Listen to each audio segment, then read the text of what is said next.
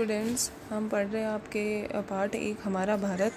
तो हमारे भारत को मुख्य रूप से 6 भौतिक प्रदेशों में बांटा गया है, जिनमें पहला है उत्तरी और उत्तरी पूर्वी पर्वतीय प्रदेश यानी हिमालय प्रदेश, दूसरा है गंगा का मैदान, तीसरा है दक्षिण का प्रायद्वीपीय पठार, चौथा है तटीय मैदान, पांचवा है थार का मरुस्थल और छठा है द्वीप समूह। तो हमारे भारत को मुख्य रूप से 6 भौतिक प्रदेशों में बांटा है।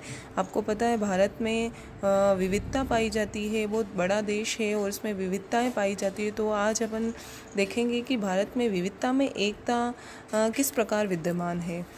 तो इसका एक टॉपिक है, ये आपके सिलेबस में है और इसको आपको अपनी नोटबुक में नोट करके इसको याद करना है आपको। तो भारत देश की अनेकता में एकता की विशेषता क्या है कि भारत एक विशाल देश होने के कारण इसमें अनेक भौतिक और सांस्कृतिक विविधताएं विद्यमान है। भौगोलिक दृष्टि से कहीं ऊंचे पर्वत तो कहीं समतल मैदान, कहीं असमान पठार तो कहीं तटीय मैदान, कहीं मरुस्थल तो कहीं द्वीप समूह स्थित है। इसके साथ ही भारत में विश्व के प्राय सभी धर्म और धार्मिक संप्रदायों के अनुयायी भी रहते हैं।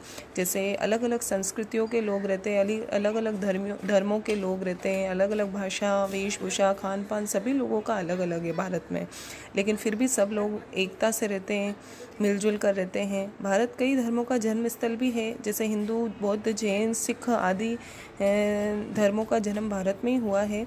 विभिन्न धर्म के लोगों की उपस्थिति भारत की सांस्कृतिक विविधता को सतरंगी बना देती है।